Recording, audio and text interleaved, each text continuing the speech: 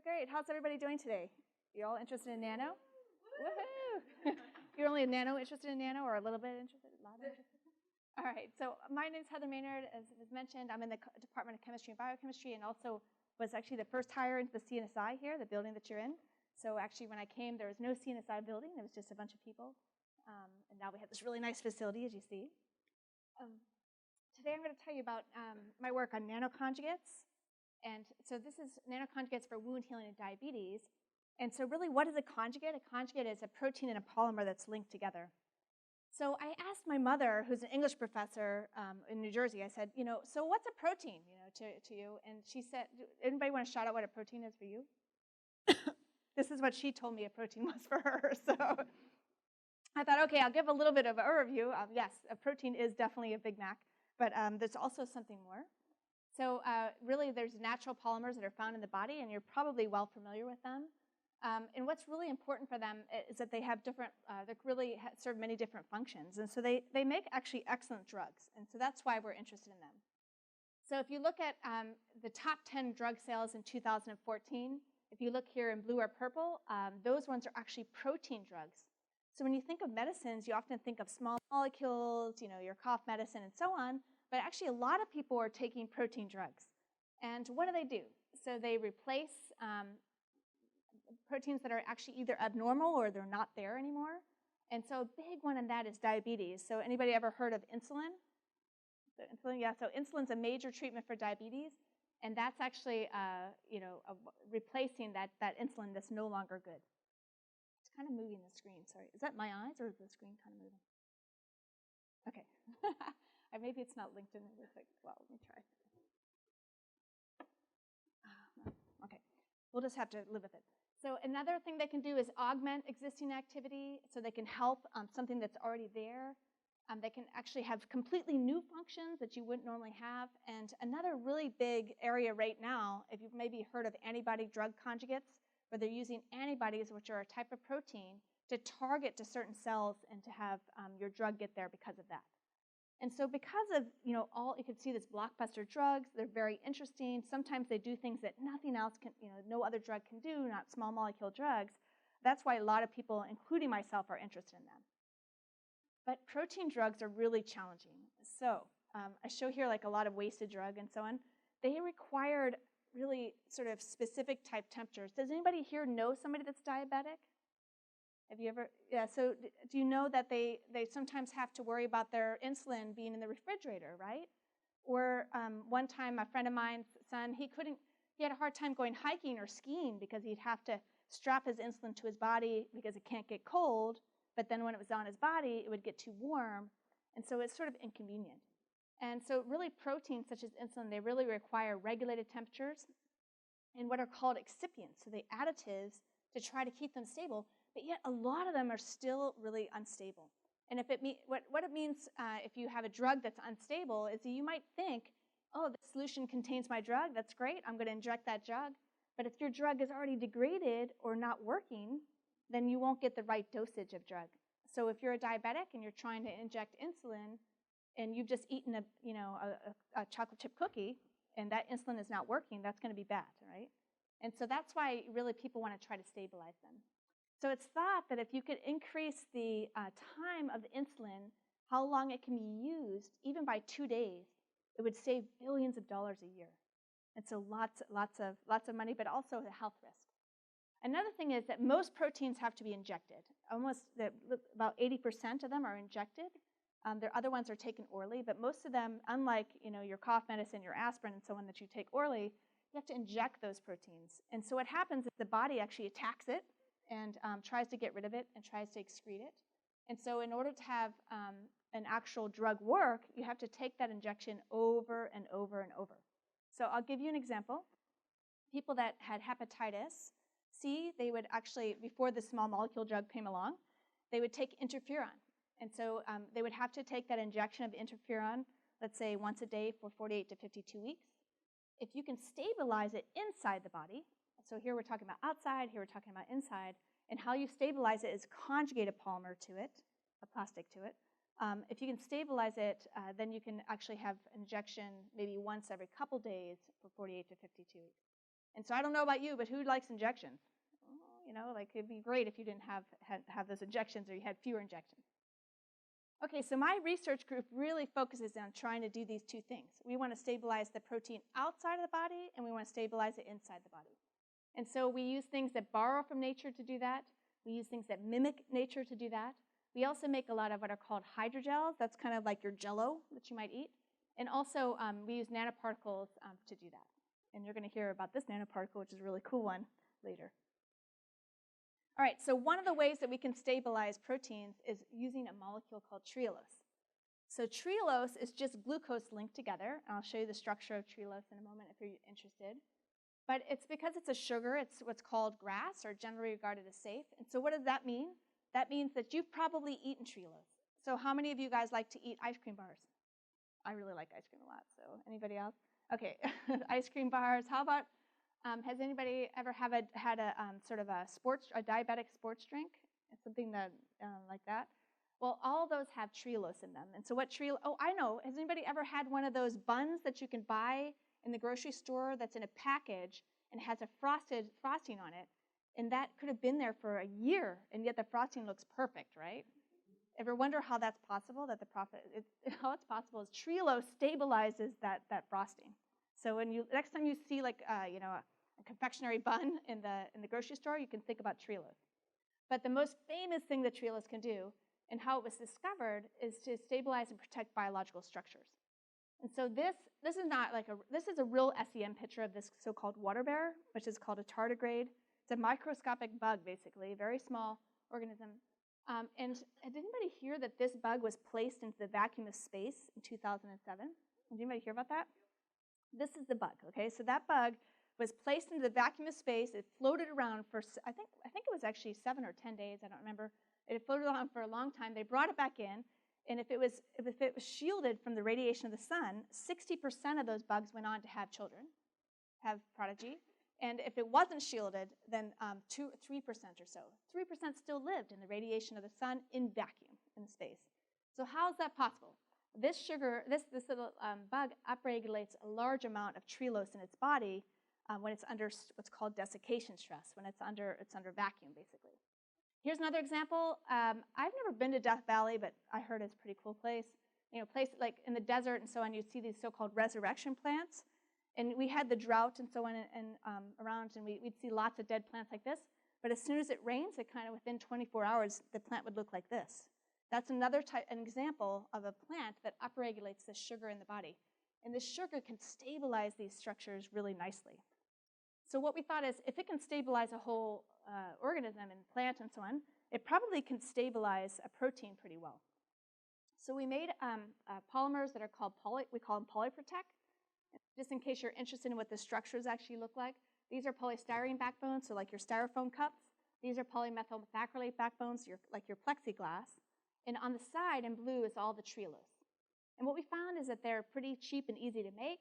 They can be non-toxic up to large amounts of, pretty decent amounts of the highest we've checked so far, and that they can stabilize proteins to extreme conditions. And so I'll show you what I mean by extreme conditions. So here's a protein that we took. It's a protein called Lysozyme. It breaks down bacterial cell walls. You heard about bacteria in the last talk. And if you heat that protein to 90 degrees Celsius, so that's nearly boiling this protein, you can see that the original activity of that protein is pretty low. So it's gone down to about 18%. Whereas if you have the polymer in there, this is the polymer, if it's added, or 100 equivalents added or 1 equivalent attached, you can have up to 80% of the original activity after nearly boiling this protein. So it stabilizes it quite well. And these are two other things. This is just the trealose itself, and this is a polyethylene glycol, another standard. Okay, so let me show you what we've done with it. We've been keep talking about diabetes. Well, let's talk a little bit more about it. So it's thought that about 271 million people globally are currently afflicted with that disease. And the cost for patients is really high for medical costs and so on. And as I mentioned, the insulin is a major treatment for diabetes. And this protein, for people that are diabetic patients, and it's a hot summer day in Los Angeles, it's 104 degrees here, you see more of an incidence of diabetic, what's called ketoacidosis, where these patients have to be hospitalized because their insulin is actually going bad with the heat. It's actually degrading. So we thought this would be a good choice to start with. So how do we stabilize it? Here's a bunch of graphs, but what we did is we looked at various things. We looked at heat for 90 degrees Celsius.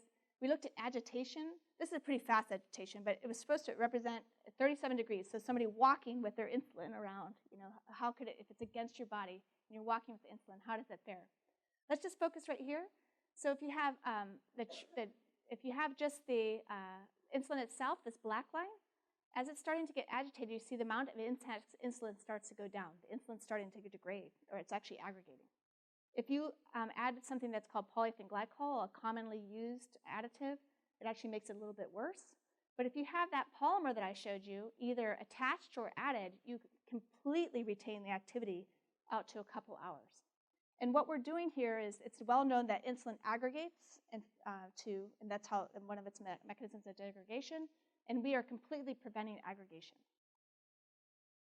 Does this actually lead to anything that helps? Is it actually still bioactive? It does lower blood glucose levels. So here is just, for example, in mice, you look at the blood glucose levels. They are going down. If you actually look at this graph, it's a little bit easier to see. If you've heated this protein to 90 degrees Celsius, you can see that you really have 20% of that native activity in animals. Or if you added the polymer or specifically attached it, so if you attach one equivalent, you retain completely, after heating it to 90 degrees Celsius, retain that activity. So it is able to lower the blood glucose of those animals, as it should. And does it stay longer in the body? So remember I told you that the problem with proteins is outside, that's heat and so on and so on, but it's also inside because our bodies can attack the proteins. So here's just an example. If you have unmodified insulin, the concentration in the blood after 3 minutes, it's actually gone completely, so you don't see it at this dosage. Whereas if you have the insulin Trealose conjugate, what I showed you, here's the structure, it's comparable to what's called the polyethylene glycol structure, which is really the gold standard in the field. So it does let it stay longer also in the body.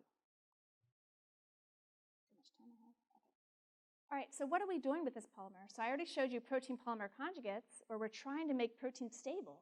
Wouldn't it be nice if you had to go someplace like in the desert and you didn't have to worry about your medicine degrading? Or if you could ship it across the country, across Alabama in the summer, and not have it degrade. That's what we're working towards. That's what we'd really like, is to not have to store these in refrigerators and freezers.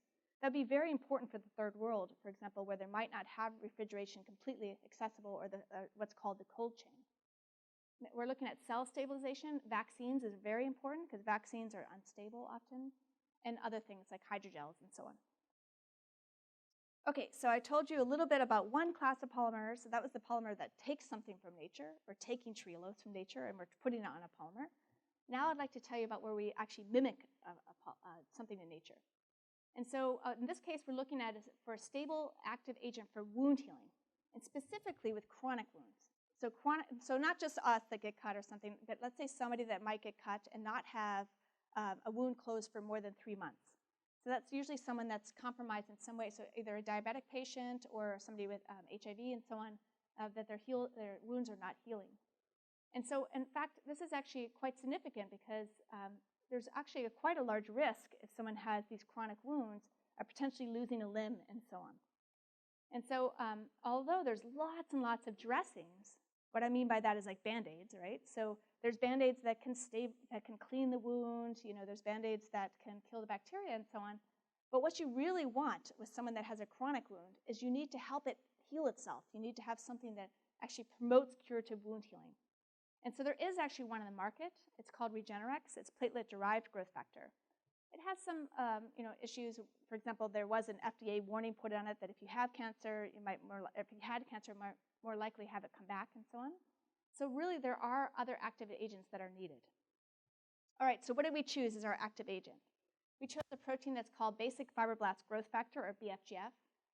And it's really used in a lot of cool things. So it actually helps in formation of new blood vessels, bone regeneration, helps in stem cell self-renewal, even vocal cords. It helps regenerate vocal cords. But really important, it helps in wound healing. So in fact, but this protein, when I said that proteins are unstable, so this protein is one of the most unstable proteins we've ever worked with. It is really unstable. I tell my students, I laugh, I say, we look at this protein and it just dies, right? It's just completely inactive. And so if that's the case, how does it actually work in the body? How can it actually be involved in wound healing? Well, it turns out it interacts with a molecule that's called heparin. Heparin's a very negatively charged polysaccharide, and it forms what's called electrostatic interaction with these to stabilize it. So what we did is we looked at the structure of heparin. You can see here the red here, what are called sulfonates, in case you've taken chemistry and interested. And here, what we made is a polymer that has that same type of charge, but doesn't have all the sugars. And what we did is we conjugated that polymer to the protein, and we asked what is the activity? So we looked at fibroblast cells. Those are skin cells. And if there's no growth factor there, they just have what's called 100%. So they just grow normally. But if you add a growth factor, they grow a lot more. So they grow up to 200%. So here is the growth factor itself. This is the conjugate that we're interested in. This is actually the polymer just mixed with that protein, so it's not attached. This is a polyethylene glycol type polymer. And this is our positive control. This is where we have lots of heparin in there.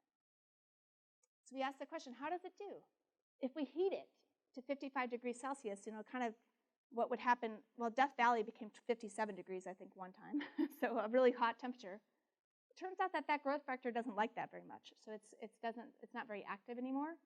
But if you look at the conjugate and this heparin, adding the heparin, they're actually statistically the same. So it stabilized it quite well. It stabilized it to refrigeration. It stabilized it to enzymes that would break it down, to lower pHs, and also almost like really acidic pH, practically stomach pH. So what did we do with it? We took, see you guys? No problem. Yeah, no problem. At least remember the hamburger. Okay, so what we did with it is we looked at the BFGF, and we noticed that BFGF is a dimer in the active site. So here's the gold is the BFGF, and these are the receptor, so it has to dimerize to be active.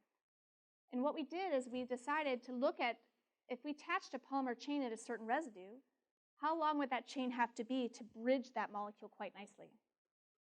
Oops. And what we found is that if you have a polyethylene glycol, a little tether, that the tether has to be about 2,000 molecular weight to bridge that. And that makes it the increase in proliferation quite nicely.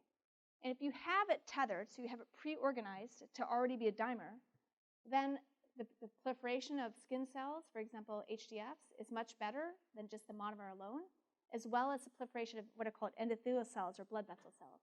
And the migration of those is better too. So if you look here, there's cells that are migrating in. So the FGF2 dimer is much more active, and that translates to in vivo. So if we look here, the FGF dimer promoted blood vessel formation in actual wounds in diabetic mice, and also granulation tissue that's much better than FGF alone. So sort of looking at the architecture, looking at polymer chemistry, you can really stabilize or make more active proteins.